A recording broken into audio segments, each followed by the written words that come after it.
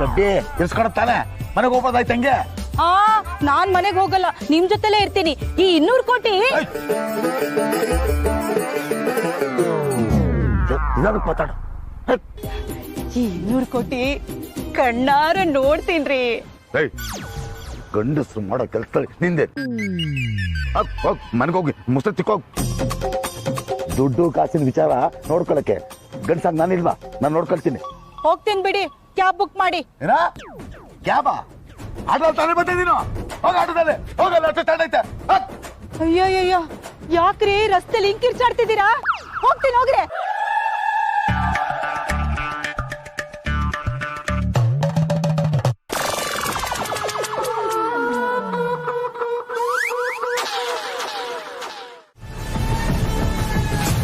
ಎಲ್ಲರ ಮುಂದೆ ಎಲ್ಲ ಹೇಳ್ತೀನಿ ಅಂದ್ಕೊಂಡಿದ್ಯಾ? ಇಲ್ಲ, ಹೇಳಲ್ಲ.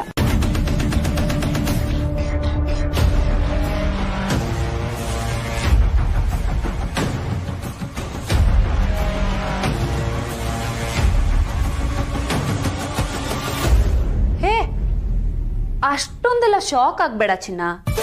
ಹೇಳಲ್ಲ ಅಂದ್ರೆ ನಿನ್ ಶಿಕ್ಷೆಯಿಂದ ಪಾರಾದೆ ಅಂತ. ಇನ್ಮೇಲೆ ನಿನಗೆ ಏನ್ ಮಾಡ್ಬೇಕು ಅನ್ನೋದನ್ನ ನಾನ್ ಡಿಸೈಡ್. ನಿನಗೆ ಜೈಲಿಗೂ ಕಳಿಸ್ಬೋದು, ನಿನ್ ಮೇಲ್ ಮಾನ ನಷ್ಟ ಮೊಕದ್ದಮೆ ಕೇಸು ಹಾಕ್ಬೋದು. ಆದ್ರೆ ಅದರಿಂದ ಅತ್ತೆ ಮಾವ ನೊಂದ್ಕೋತಾರೆ, ನನ್ನ ಮಗಳು ಇಂಥವಳ ಅಂತ ಬೇಜಾರ್ ಮಾಡ್ಕೋತಾರೆ. ನೀನ್ ಮಾಡಿರೋ ತಪ್ಪಿಗೆ ಅವ್ರು ಯಾಕೆ ಅನುಭವಿಸ್ಬೇಕಲ್ವಾ? ಅದಕ್ಕೆ ನಾನ್ ಡಿಸೈಡ್ ಮಾಡಿದ್ದೆ, ಇನ್ಮೇಲೆ ನೀನ್ ಎಲ್ಲೂ ಹೋಗಲ್ಲ, ನನ್ ಕಣ್ಣು ಮುಂದೆನೆ ಇರ್ತೀಯ.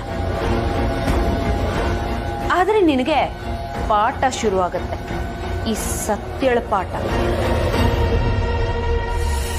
ಇಲ್ಲೇ ಕ್ಲಾಸು, ಇಲ್ಲೇ ಸ್ಟಡೀಸು, ಇಲ್ಲೇ ರಿಸಲ್ಟು. ನೀನಾಗ್ ನೀನೇ ತಿದ್ಕೊಂಡು ಬುದ್ಧಿ ಅಂತೂ ಕಲೀಲಿಲ್ಲ. ನಿನ್ನ ನಾನ್ ತಿದ್ದುತ್ತೀನಿ, ಬುದ್ಧಿನೂ ಕಲಿಸ್ತೀನಿ. ನೋಡ್ತಾ ಇರು.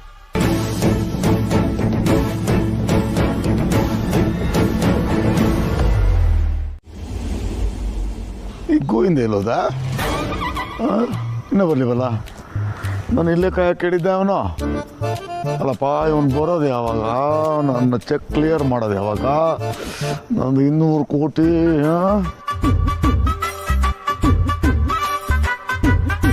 ಗೋವಿಂದ ಸರ್ ಬಂದ್ಬಿಟ್ಟು ಚೆಕ್ ಕ್ಲಿಯರ್ ಮಾಡಿಬಿಟ್ರೆ ಅಬ್ಬಾ.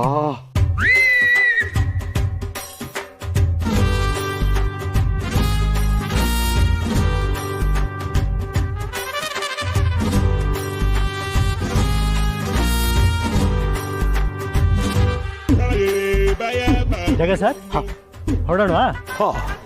ನಿಮ್ಗೋಸ್ಕರನೇ ಕಾಯ್ತಾ ಇದೆ. ಬನ್ನಿ ಬನ್ನಿ ಹೋಗೋಣ, ಬನ್ನಿ. ಹೊರಡೋದೇನೆ. ಸರಿ, ಮತ್ತೆ ಇನ್ನೇನು? ಇದೇನು ಜಗ್ಗ ಸರ್, ಇಷ್ಟು ದೊಡ್ಡ ಸೂಟ್ ಕೇಸ್ಗಳು? ಮತ್ತೆ 198 ಕೋಟಿ ರೂಪಾಯಿಗಳನ್ನ ಬರೀ ಕೈ ಮೇಲೆ ಹಿಡ್ಕೊಂಡು ಹೋಗಕ್ಕಾಗುತ್ತೇನ್ರಿ? ಅದಕ್ಕೆ ಎಲ್ಲ ಸೆಟಪ್. ಜಗ ಸರ್, ಈ ಚೆಕ್ ಎಲ್ಲ ಇಮಿಡಿಯೇಟ್ ಆಗಿ ಕ್ಲಿಯರ್ ಆಗಲ್ಲ.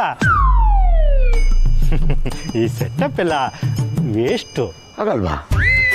ಯಾಕೆ? ಬ್ಯಾಂಕ್ ವ್ಯವಹಾರಗಳೆಲ್ಲ ಹೀಗೆ ಅಲ್ವಾ? ನಾವು ಅನ್ಕೊಂಡಂಗೆಲ್ಲ ಆಗಲ್ಲ, ಸ್ವಲ್ಪ ಟೈಮ್ ಆಗತ್ತೆ.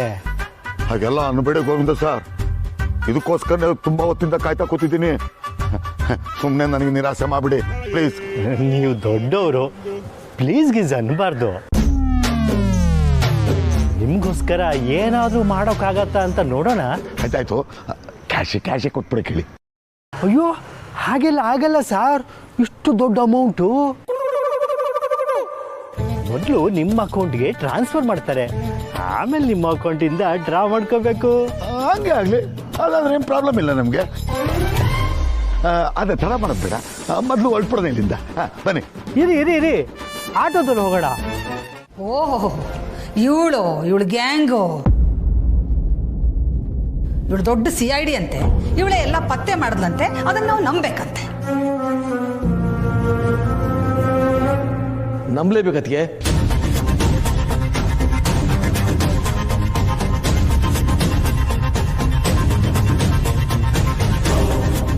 ಈಗ ತಾನೇ ಕಮಿಷನರ್ ಹತ್ರ ಮಾತಾಡಿದೆ. ಈ ಗ್ಯಾಂಗ್ನ ಹಿಡಿಯೋದಕ್ಕೆ ನಿಮ್ಮ ಸೊಸೆನೇ ಕಾರಣ ಅಂತ ಹೇಳಿದ್ರು ಅಣ್ಣ. ಸತ್ಯ, ನಿಜಕ್ಕೂ ನೀನು ಗ್ರೇಟ್ ಅಮ್ಮ. ಇದನ್ನೆಲ್ಲ ಯಾವಾಗ ಮಾಡಿದೆ ಸತ್ಯ? ನಮ್ಗೆ ಯಾರಿಗೂ ಇದು ಗೊತ್ತೇ ಆಗ್ಲಿಲ್ಲ. ನಿನ್ ಗಂಡನ ಒಂದು ದೊಡ್ಡ ಚಕ್ರವ್ಯೂಹದಿಂದ ಪಾರ್ ಮಾಡ್ಬಿಟ್ಟೆ ನೀನು.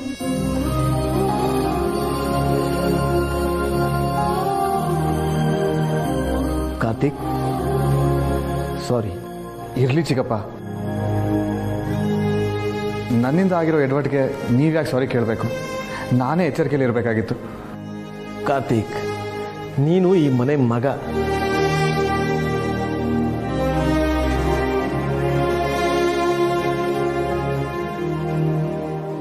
ಇಲ್ಲಿ ನಮ್ಗ್ಯಾರಿಗೂ ನಿನ್ನ ವ್ಯಕ್ತಿತ್ವದ ಬಗ್ಗೆ ಅಪನಂಬಿಕೆ ಇಲ್ಲ ಕಣೋ.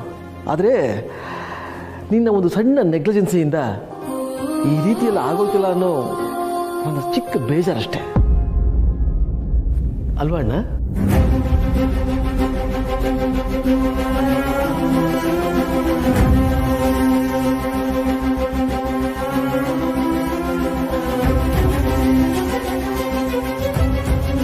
ಈ ರೀತಿ ಹೇಳೋದು ನಿನ್ನ ದೊಡ್ಡ ಗುಣ ಅಮ್ಮ. ನಿನ್ನಂಥ ಹೆಂಡತಿನ ಪಡೆಯೋದಕ್ಕೆ ನಮ್ಮ ಕಾರ್ತಿಕ್ ಆಗಲಿ, ನಿನ್ನಂಥ ಸೊಸೆನ ಪಡೆಯೋದಕ್ಕೆ ನಾವೆಲ್ಲ ಆಗಲಿ ಬಹಳ ಪುಣ್ಯ ಮಾಡಿದ್ದೀವಿ.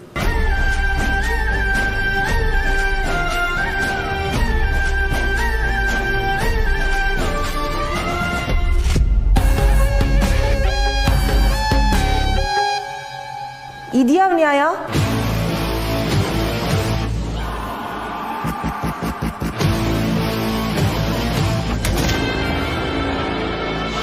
ಕಾರ್ತಿಕನ್ನ ಇಷ್ಟು ಬೇಗ ಕ್ಷಮಿಸ್ಬಿಟ್ರ ನೀವು?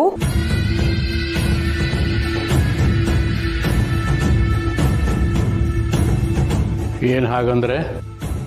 ನಾವು ದುಡ್ಡಿನ ವಿಚಾರದಲ್ಲಿ ತಪ್ಪಾಗಿ ನಡ್ಕೊಂಡಾಗ ನಮ್ಮನ್ನ ಮನೆಯಿಂದ ಆಚೆ ಹಾಕಕ್ ನೋಡಿದ್ರಿ. ಈಗ ಕಾರ್ತಿಕ್ ಅವಳಿಗೆ ದುಡ್ಡು ಕೊಡಕ್ ಹೋಗಿದ್ನಲ್ಲ, ಆ ದುಡ್ಡು ಎಲ್ಲಿಂದ ಬಂತು, ಹೇಗೆ ಅರೇಂಜ್ ಮಾಡ್ದ ಅನ್ನೋದನ್ನ ನೀವು ಯಾರು ವಿಚಾರಿಸಿದ್ರಾ?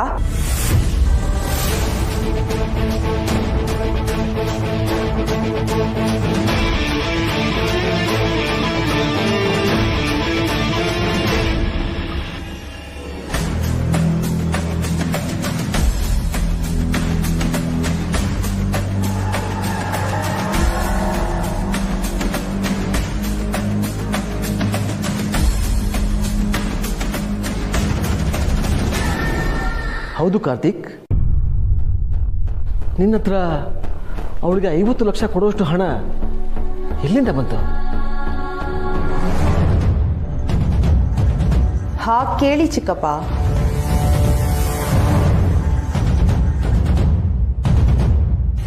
ಎಲ್ಲಿಂದ ಬಂತು ಕಾರ್ತಿಕ್ ಅಷ್ಟೊಂದು ದುಡ್ಡು? 50 ಲಕ್ಷ ಅಂದ್ರೆ ಸುಮ್ಮನೆನಾ?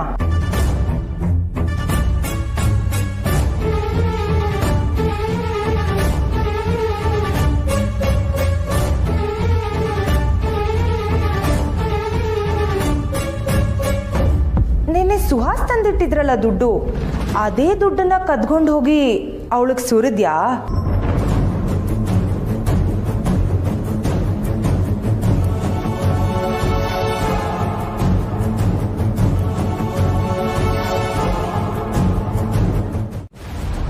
ಕಾರ್ತಿಕ್, ಕೀರ್ತನ ಏನು ಹೇಳ್ತಾ ಇದ್ದಾಳೆ? ಸೀತಮ್ಮ, ನಾನು ವಿಚಾರಿಸ್ಲಾ?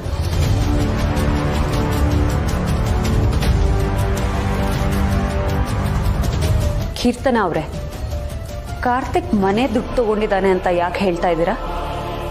ಯಾವ ದುಡ್ಡು? ಇನ್ಯಾವುದು? ನಿನ್ನೆ ಸುಹಾಸು ಚಿಕ್ಕಪ್ಪಂಗೆ ಕೊಟ್ರಲ್ಲ ಆ ದುಡ್ಡು.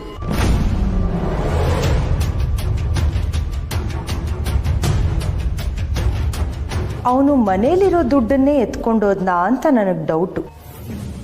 ಕಾರ್ತಿಕ್ ದುಡ್ಡು ಕೊಡೋ ಪ್ರಯತ್ನ ಮಾಡಿದ್ದು, ಕೊಟ್ಟಿಲ್ಲ. ಅಷ್ಟಕ್ಕೂ 50 ಲಕ್ಷ ಕ್ಯಾಶ್ನ ಅರೇಂಜ್ ಮಾಡೋದು ಸುಲಭನಾ? ಸುಲಭ ಅಲ್ಲ ಅಂತಾನೆ ಕದ್ದಿರ್ಬೋದು ಅಂತ ಹೇಳ್ತಾ ಇರೋದು. ಕಾರ್ತಿಕ್ ಕದ್ದಿಲ್ಲ. ಅಷ್ಟೊಂದು ಕಾನ್ಫಿಡೆಂಟ್ ಆಗಿ ಹೇಳ್ತಿದ್ಯಾ? ಓಕೆ ಓಕೆ, ಈಗ ಚರ್ಚೆ ಬೇಡ. ಊರ್ಮಿಳ, ರೂಮ್ಗೆ ಹೋಗಿ ಹಣ ಇದೆಯಾ ನೋಡ್ಕೊಂಬ.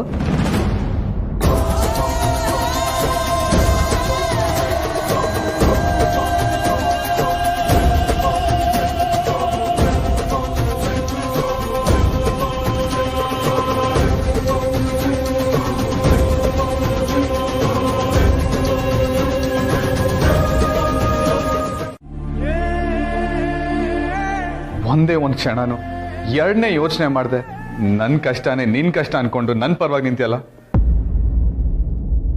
Once again thank you so much.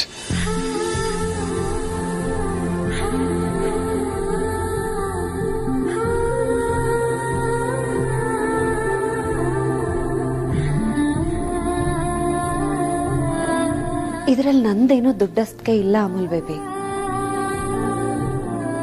ನಾನು ಯಾವತ್ತೂ ನೀನ್ ಬೇರೆ ನಾನ್ ಬೇರೆ ಅಂತ ಯೋಚನೆ ಮಾಡ್ದವಳೆ ಅಲ್ಲ.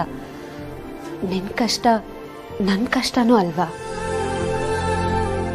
ನೀನ್ ನೊಂದ್ಕೊಂಡ್ರೆ ನನಗೂ ನೋವಾಗಲ್ವಾ ಅಮೂಲ್ ಬೇಬಿ? ಹೆಂಡತಿ ಅಂದ್ರೆ ಬರೀ ಸುಖಕ್ಕೆ ಮಾತ್ರ ಅಲ್ಲ, ಕಷ್ಟಕ್ಕೂ. ನಿನ್ ಕಷ್ಟ ಸುಖ ಎರಡರಲ್ಲೂ ಸಮಪಾಲ್ ಬೇಕು ಅಂತ ಆಸೆ ಪಟ್ಟೆ. ಹಾಗಂತ ನಾನು ನಿನ್ನನ್ನು ಫೋರ್ಸ್ ಮಾಡಲ್ಲ. ನೀನಾಗಿ ನೀನೇ ನನ್ನನ್ನು ಪೂರ್ತಿಯಾಗಿ ಒಪ್ಕೊಳ್ಳೋವರೆಗೂ ನಾನು ಕಾಯ್ತೀನಿ. Thank you. You are my strength Satya. ನಿನ್ನ ಜೊತೆಲಿದ್ರೇನೆ ಶಕ್ತಿ.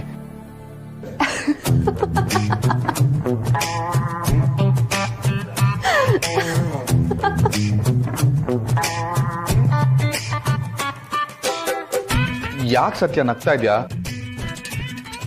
ನೋಡು, ಈ ತರ ಒಳ್ಳೆ ಸಿಚುವೇಶನ್ ಅಲ್ಲಿ ನಗ್ತಾ ಕಾಮಿಡಿ ಮಾಡ್ತಾ ಇದೆಯಾ? ನೀನ್ ಇಷ್ಟೊಂದು ಸೀರಿಯಸ್ ಆಗಿದ್ರೆ ನೋಡೋದಕ್ಕಾಗಲ್ಲ ಅಮೂಲ್ ಬೇಬಿ. ನೀನ್ ಯಾವಾಗ್ಲೂ ಸಿಟ್ ಮಾಡ್ಕೋತಾ ಸಿಡುತ್ತಾ ಜೋಕ್ ಮಾಡ್ತಾ ಇರ್ಬೇಕು. ಯಾಕೆ, ನಾನೇನ್ ಕಾಮಿಡಿ ಪೀಸಾ? ಅಯ್ಯಯ್ಯೋ ಶಾಂತಂ ಪಾಪಂ, ನನ್ ಪತಿ ದೇವ್ರಿಗೆ ನಾನು ಹಾಗೆಲ್ಲ ಅಂತೀನ? ಸತ್ಯ ಸತ್ಯ.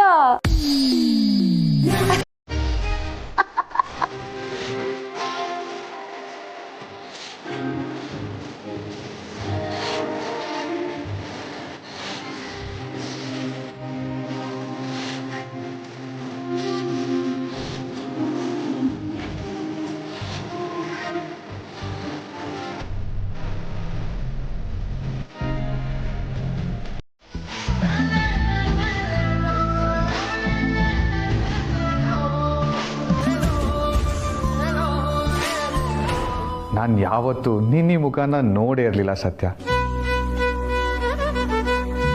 ಯಾವಾಗಲೂ ಹೊಡಿ ಬಡಿ ಅನ್ನೋ ಸತ್ಯ ಒಳಗಡೆ ಇಷ್ಟೊಂದು ಸಂಕೋಚ ನಾಚಿಕೆರೋ ಹುಡುಗಿದ್ದಾಳೆ ಅಂತ ನನಗೆ ಗೊತ್ತೇ ಇರಲಿಲ್ಲ.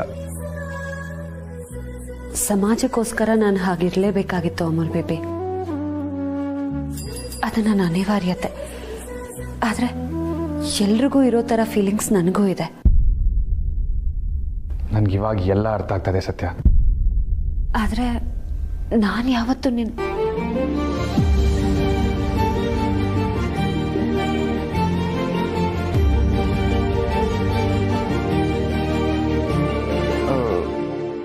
ಅಲ್ಲ ಸತ್ಯ, ಈ ಮಾಳ್ವಿಕನ್ ವಿಚಾರನೆಲ್ಲ ನೀನು ಹೇಗೆ ತಿಳ್ಕೊಂಡೆ?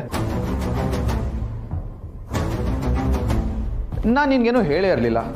ಅಂಥದ್ರಲ್ಲಿ ನೀನು ಎಲ್ಲ ತಿಳ್ಕೊಂಡು ಈ ವಿಚಾರನ ಸಾಲ್ವ್ ಹೇಗೆ ಮಾಡಿದೆ? ಅಜ್ಜಿ ಕೋಳಿ ಕೂಗ್ಲಿಲ್ಲ ಅಂದ್ರೆ ಊರಿಗೆ ಬೆಳಕಾಗಲ್ಲ ಅಂದ್ಕೊಂಡಿದ್ಯಾ ಅಮೂಲ್ ಬೇಬಿ? ಈ ಸತ್ಯ ಕೈ ಇಟ್ರೆ ಸಾಕು, ಎಂತ ಪ್ರಾಬ್ಲಮ್ ಆದ್ರೂ ಸಾಲ್ವ್ ಆಗ್ಲೇಬೇಕು. ಅದೇ ಹೇಗೆ? ಇವಾಗ ನೀನು ಮಾಳ್ವಿಕನ್ ಮೀಟ್ ಮಾಡಿದ್ಯಾ ಅಂದ್ರೆ ನೀನು ಅವಳಿಗೆ ಸರಿಯಾಗಿ 4 ಬಾರಿಸಿದ್ರು ಬಾರಿಸಿರ್ತೀಯ ಅಲ್ವಾ? ಮುಲಾಜೆ ಇಲ್ಲ.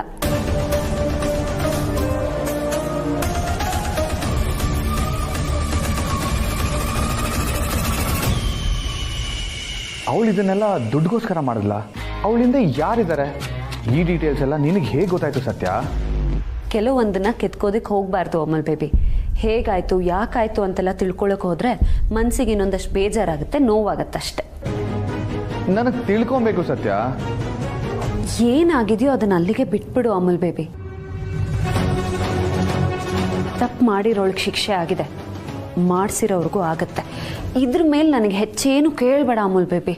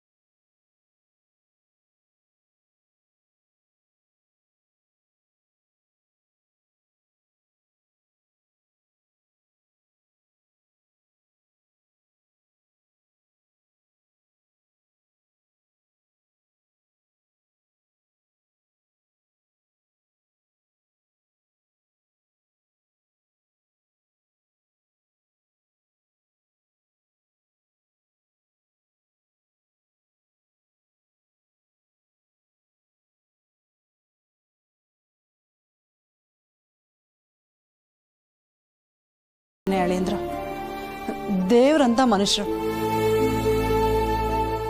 ಇಂಥವ್ರ ಮೇಲೂ ಆರೋಪ ಮಾಡಿದಾರಲ್ಲ, ಅವ್ರಿಗೆ ಸ್ವಲ್ಪ ನಾಚಿಕೆ ಮಾನ ಮರ್ಯಾದೆ ಇಲ್ವಾ ಅಲ್ವೇ? ಇಂಥ ಜನನೂ ಇರ್ತಾರ? ಇರ್ತಾರಮ್ಮ. ಯಾರಿಗೆ ದುಡ್ಡು ಮಾನ ಮರ್ಯಾದೆಕಿನ್ನ ದೊಡ್ಡದು ಅನ್ಸುತ್ತೋ ಅಂತವ್ರೆ ಇಂಥ ಕೆಲಸ ಮಾಡೋದು. ಅಳಿಯಂದ್ರು ಈಗ ಹೇಗಿದ್ದಾರೆ? ಪರವಾಗಿಲ್ಲಮ್ಮ, ಸ್ವಲ್ಪ ಅಪ್ಸೆಟ್ ಆಗಿದ್ದಾರೆ. ನಾನಿದ್ದೀನಲ್ಲ, ನೋಡ್ಕೋತೀನಿ. ನೀನೇನು ಯೋಚನೆ ಮಾಡಬೇಡ. ಅಲ್ವೇ ಸತ್ಯ, ಅವ್ರು ಸಿಕ್ಕಾಕೊಂಡಿದ್ದು ನಿನ್ನಿಂದಾಗಿನ? ಹ್ಞೂ ಅಮ್ಮ. ಕೋಟೆ ಮನೆ ಸೊಸೆಯಾಗಿ ಕಾರ್ತಿಕ್ ಹೆಂಡತಿಯಾಗಿ ಅದು ನನ್ನ ಕರ್ತವ್ಯ ಅಂತ ಅನ್ನಿಸ್ತು. ಮನೆ ನೆಮ್ಮದಿನೇ ಹಾಳಾದಾಗ ನಾನು ಹಳೆ ಸತ್ಯ ಆಗ್ಲೇಬೇಕಲ್ವಾ? ಅಂದ್ರೆ ನೀನ್ ಮತ್ತೆ ಹೊಡೆದಾಟ ಬಡ್ದಾಟ ಮಾಡ್ದೇನೆ? ಇದನ್ನೆಲ್ಲ ನಿಮ್ಮತ್ತೆ ಒಪ್ತಾರ? ಅಮ್ಮ, ನೀನೇ ಹೇಳಲಿಲ್ವಾ ಗಂಡನ ಜೊತೆ ನಿಲ್ಲೋದು ಹೆಂಡತಿ ಮೊದಲನೇ ಆದ್ಯತೆ ಅಂತ?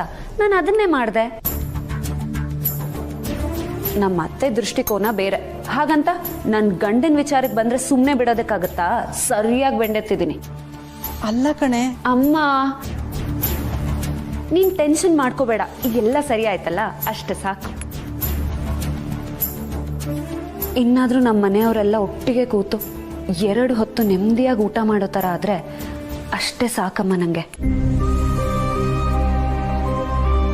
ಇದು ನೀನೇನಾ ನನ್ನ ಮಗಳು ಸತ್ಯನ ಮಾತಾಡ್ತಿರೋದು? ನನ್ನ ಕುಟುಂಬ ಅಂತ ಎಷ್ಟು ಕಾಳಜಿಯಿಂದ ಮಾತಾಡ್ತಿದ್ಯಲ್ಲ ಕಂದ. ನಾನು ಯಾವತ್ತೂ ನೀನು ಇಷ್ಟು ಬದಲಾಗ್ತಿ ಅಂತ ಅನ್ಕೊಂಡಿರ್ಲಿಲ್ಲ.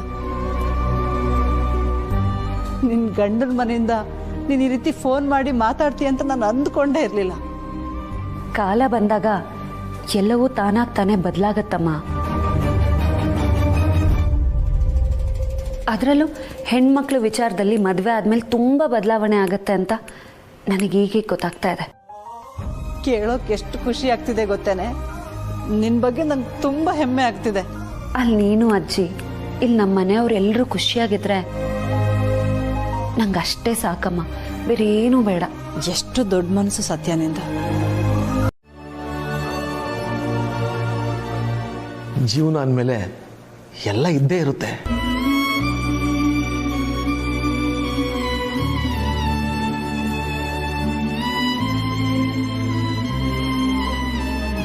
ನೋಡು, ನೀನು ಎಲ್ಲವನ್ನೂ ಜಯಿಸಿದೀಯ, ಮತ್ತ್ಯಾಕೋ ಟೆನ್ಷನ್ನು? ಊಟ ಮಾಡು.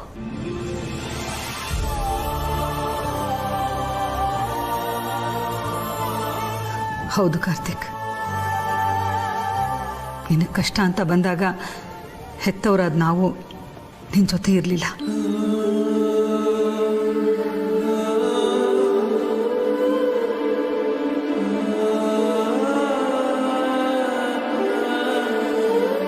ಆಗ ಏನು ಮಾಡಬೇಕು ಅಂತ ನಮಗೂ ಗೊತ್ತಾಗಲಿಲ್ಲ. ನಿನಗೆ ರೇಗಿದ್ವಿ, ನಿನ್ನ ಮೇಲೆ ಕೋಪ ಮಾಡ್ಕೊಂಡ್ವಿ.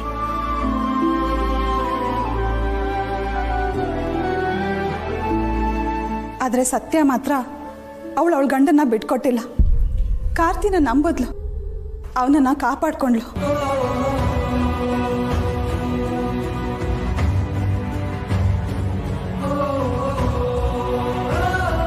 ಆದರೆ ನಾವು ಮನೆಯವರಾಗಿ ಚಿಕ್ಕ ವಯಸ್ಸಿಂದ ಅವನನ್ನ ನೋಡ್ಕೊಂಡು ಬಂದಿರೋರಾಗಿ ಅವನನ್ನೇ ನಂಬಲಿಲ್ಲ.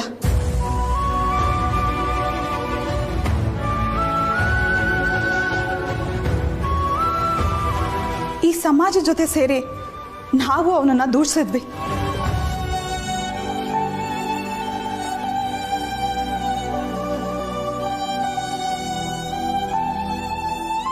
ನಮ್ಮ ಮನೆ ಮಗ, ನಮ್ಮ ಕಾರ್ತಿ ಇಂಥ ತಪ್ಪು ಮಾಡೋದಕ್ಕೆ ಸಾಧ್ಯನಾ ಅಂತ ಒಂದೇ ಒಂದು ಕ್ಷಣ ಕೂಡ ಯೋಚನೆ ಮಾಡಲಿಲ್ಲ. ಬಿಟ್ಕೊಟ್ಬಿಟ್ವಿ.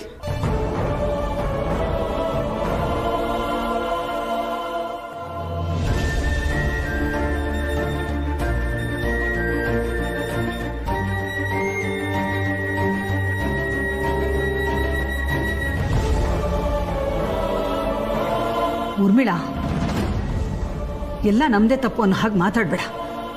ನಮ್ಗೇನು ಕಾರ್ತಿಕ್ ಮೇಲೆ ಪ್ರೀತಿ ಇಲ್ವಾ? ಆಗ ಪರಿಸ್ಥಿತಿ ಸಂದರ್ಭ ಹಾಗಿತ್ತು ಅಷ್ಟೇ. ಅಕ್ಕ ದಯವಿಟ್ಟು ನಾವು ಮಾಡಿರೋದನ್ನ ಸಮರ್ಥಿಸ್ಕೊಳ್ಳೋದು ಬೇಡ. ನಾವು ಮಾಡಿರೋದು ತಪ್ಪು ಅಷ್ಟೇ. ಏನೇ ಕಾರಣ ಕೊಟ್ಟರು ತಪ್ಪು ಸರಿ ಆಗಲ್ಲ.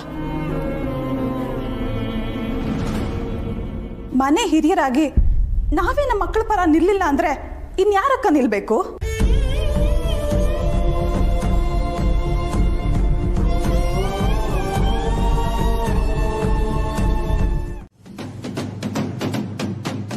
ಸತ್ಯದಿಂದಾಗಿ ಕಾರ್ತಿ ಅಪವಾದದಿಂದ ಹೊರಗಡೆ ಬಂದ. ಇಂಥ ಸಮಯದಲ್ಲಿ ನಾವು ಸತ್ಯನ ಪರವಾಗಿ ನಿಂತ್ಕೋಬೇಕು. ಅವಳು ಮಾಡಿರೋ ಕೆಲಸ ಮೆಚ್ಕೋಬೇಕಲ್ವಾ? ಹೋಗಿ ಹೋಗಿ ನಿನ್ನ ಹತ್ರ ಹೇಳ್ತಾ ಇದ್ದೀನಲ್ಲ, ನನಗೆ ಬುದ್ಧಿ ಇಲ್ಲ. ಹಾಗಲ್ಲ ಅಕ್ಕ. ಒಂದ್ ವೇಳೆ ಸತ್ಯ ರಿಸ್ಕ್ ತಗೊಳ್ದೆ ಕಾರ್ತಿಕ್ ತಪ್ಪಿಲ್ಲ ಅಂತ ಪ್ರೂವ್ ಮಾಡದೆ ಇದ್ದಿದ್ರೆ ಕೋಟೆ ಮನೆ ಮೇಲೆ ಅದೊಂದು ಚುಕ್ಕಿ ಶಾಶ್ವತವಾಗಿ ಉಳಿದ್ಬಿಡೋದು. ಸತ್ಯ ಕಾಪಾಡಿದ್ದು ಅವಳ ಗಂಡನ ಮರ್ಯಾದೆ ಮಾತ್ರ ಅಲ್ಲ ಅಕ್ಕ,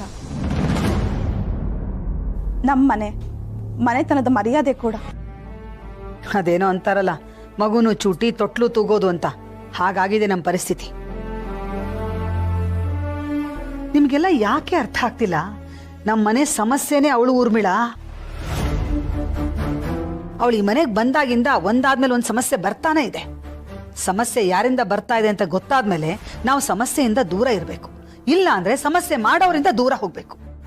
ಅಕ್ಕ, ನೀನ್ ಯಾಕೋ ಸತ್ಯನ ಬಗ್ಗೆ ಪೂರ್ವಗ್ರಹ ಇಟ್ಕೊಂಡು ಮಾತಾಡ್ತಿದ್ಯಾ ಅಂತ ನನಗೆ ಅನ್ನಿಸ್ತಾ ಇದೆ.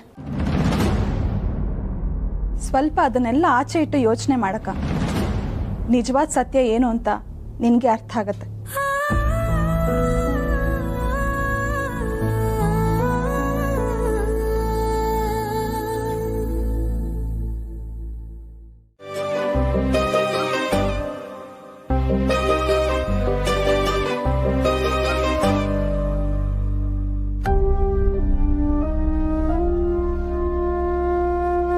ಊರ್ಮಿಳಾ, ಏನ್ ಇಷ್ಟೊತ್ತಲ್ಲಿ ಬಜ್ಜಿ ಕರಿತಾ ಇದೀಯಾ? ಸತ್ಯ ಮಾಡೋದಕ್ಕೆ ಹೇಳಿದ್ಲು ಅಕ್ಕ. ಏನು ಅವಳು ಹೇಳದ್ಲಾ? ಅವಳು ಹೇಳದ್ಲು ಅಂತ ನೀನ್ ಮಾಡ್ಬಿಡದಾ? ಅತ್ತೆ ಯಾರು ಸೊಸೆ ಯಾರು ಒಂದು ಗೊತ್ತಾಗ್ತಾ ಇಲ್ಲ. ಏನೋ ಅಪರೂಪಕ್ಕೆ ಕೇಳಿದಾಳೆ, ಮಾಡ್ಕೊಟ್ರೆ ತಪ್ಪೇನಕ್ಕ? ಪ್ರತಿ ಸಲ ಅವಳನ್ನ ವಹಿಸ್ಕೊಂಡು ಬರ್ತೀಯಲ್ಲ ಊರ್ಮಿಳಾ, ನೋಡು ನಿನ್ ಹತ್ರ ಹೇಗ್ ಕೆಲಸ ತೆಗಿಸ್ತಿದ್ದಾಳೆ ಅಂತ. ಅತಿ ಆಯ್ತು ಅವಳದು. ಅಕ್ಕ ಹೋಗ್ಲಿ ಬಿಡು. ಅವಳಿಗೆ ಅಡಿಗೆ ಮನೆ ಅಧಿಕಾರ ಇದ್ದಿದ್ರೆ ಅವಳೇ ಮಾಡ್ಕೋತಾ ಇದ್ಲು ಅಲ್ವಾ? ನನ್ನನ್ನು ಯಾಕೆ ಕೇಳ್ತಿದ್ಲು? ಇದು ನನ್ ತಪ್ಪೇನಾ?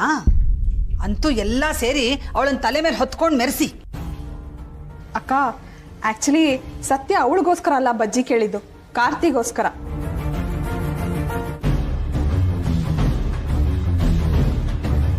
ಕಾರ್ತಿಕ್ಗ ಅವನ್ ಬಜ್ಜಿ ತಿನ್ನಲ್ವೇ? ಕಾರ್ತಿ ಸತ್ಯನ ಹತ್ರ ಕೇಳದ್ನಂತೆ ಭಾವನ್ಗೋಸ್ಕರ ಬಜ್ಜಿ ಬೇಕು ಅಂತ. ಹಾಗಾಗಿ ಈ ಬಜ್ಜಿ ಮಾಡ್ತಿರೋದು ಸತ್ಯನ್ಗೋಸ್ಕರ ಅಲ್ಲ, ಭಾವನ್ಗೋಸ್ಕರ.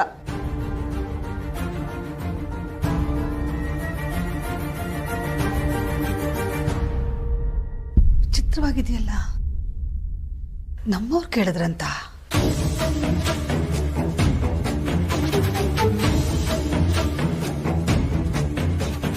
ಚಿಕ್ಕತ್ತೆ, ಬಜ್ಜಿ ರೆಡಿನಾ? ರೆಡಿ ಆಗಿದೆ ಸತ್ಯ. ಹೇ ಹುಡುಗಿ, ಏನ್ ನಡೆಸ್ತಾ ಇದ್ದೀರಾ? ಸೀತಮ್ಮ, ವಾಪಸ್ ಬಂದು ಹೇಳ. ಕಾರ್ತಿಕ್ ಅರ್ಜೆಂಟ್ ಮಾಡ್ತಾ ಇದ್ದಾರೆ, ನಾ ಬಂದು ಹೇಳ್ತೀನಿ.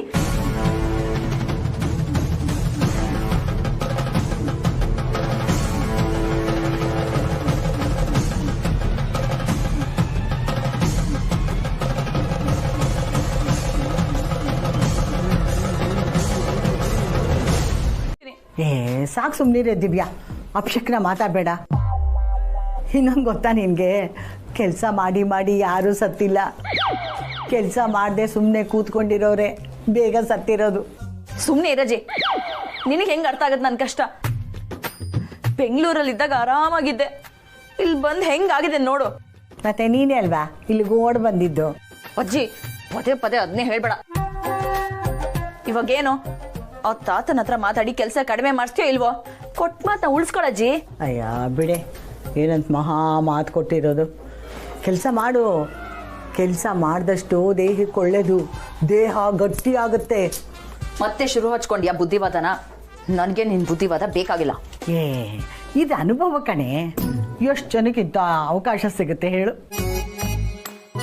ಅಷ್ಟಕ್ಕೂ ಇನ್ನೆಷ್ಟು ದಿನ ಕೆಲಸ ಮಾಡ್ಕೊಂಡು ಹೋಗ್ತಾ ಇರು. ನೀನು ಕೆಲಸ ಕಲ್ತ್ಕೊಂಡಂಗಾಗುತ್ತೆ.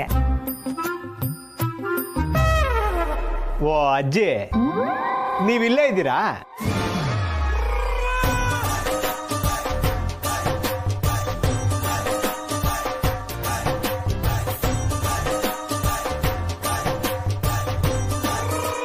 ನಾನು ಊರು ತುಂಬ ನಿಮ್ಮನ್ನು ಹುಡುಕ್ದೆ, ನೀವು ನೋಡಿದ್ರೆ ಇಲ್ಲೇ ಇದ್ದೀರಾ. ಆ ಕಾಕ್ರೋಚ್ ಅಜ್ಜಿ ಇಲ್ಲೇ ಇದ್ದಾರೆ.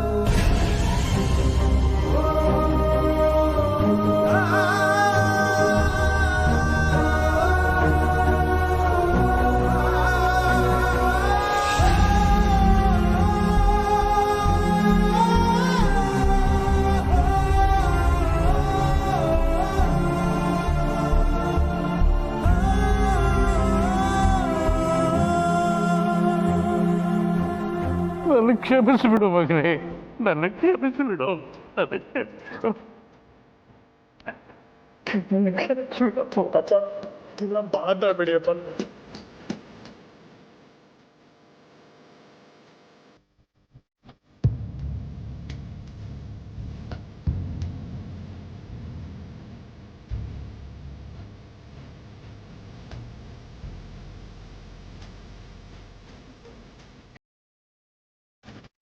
ದಯವಿಟ್ಟು ಕಾರ್ತಿಕ್, ನನ್ನ ಕ್ಷಮಿಸಿಬಿಡು ಮಗನೇ, ನನ್ನ ಕ್ಷಮಿಸಿಬಿಡು.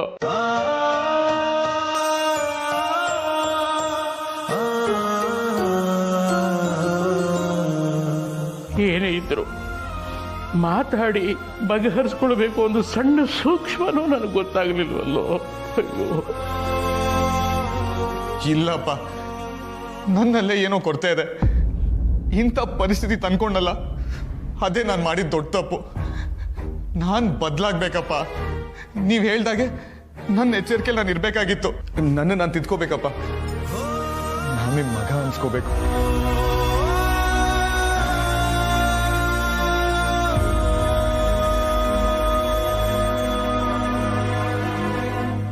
ಹೇಳಿಪ್ಪ, ನಾನು ನಿಮ್ಮ ಹಾಗಾಗಬೇಕು ಅಂದರೆ ನಾನು ಏನು ಮಾಡಬೇಕು? ನಾನು ಹೇಗೆ ಬದಲಾಗಬೇಕು ಹೇಳಿಪ್ಪ. ಕಾರ್ತಿಕ್, ನಿನಗೆ ಎಲ್ಲ ತಿಳುವಳಿಕೆನೂ ಇದೆ ಕಣೋ.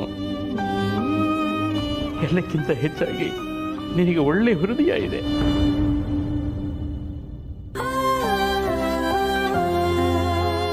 ನಿನಗೆ ಜನರ ಕಪಟ ಗೊತ್ತಾಗಲ್ಲ ಕಣೋ.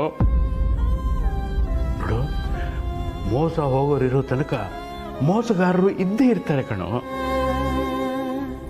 ನೀನು ಜನರ ಜೊತೆ ಜಾಸ್ತಿ ಬೆರೀಲಿಲ್ವಲ್ಲ, ಅದಕ್ಕೆ ನಿನಗೆ ಗೊತ್ತಾಗಲಿಲ್ಲ.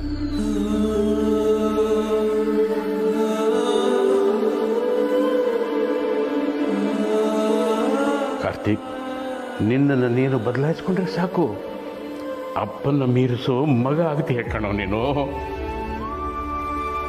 ಅದೆಲ್ಲ ಸಾಧ್ಯ ಇಲ್ಲ ಅಪ್ಪ. ನೋಡು ಕಾರ್ತಿಕ್, ನನಗೂ ವಯಸ್ಸಾಗಿದೆ. ನಿನಗೂ ಈ ಜೀವನ ಎದುರಿಸಬೇಕು, ಕಲಿಬೇಕು ಅನ್ನೋ ಛಲ ಬಂದಿದೆ. ನಾಳೆಯಿಂದ ನೀನು ಯಾಕೆ ನಮ್ಮ ಕಂಪ್ನಿ ವ್ಯವಹಾರ ನೋಡ್ಕೋಬಾರ್ದು?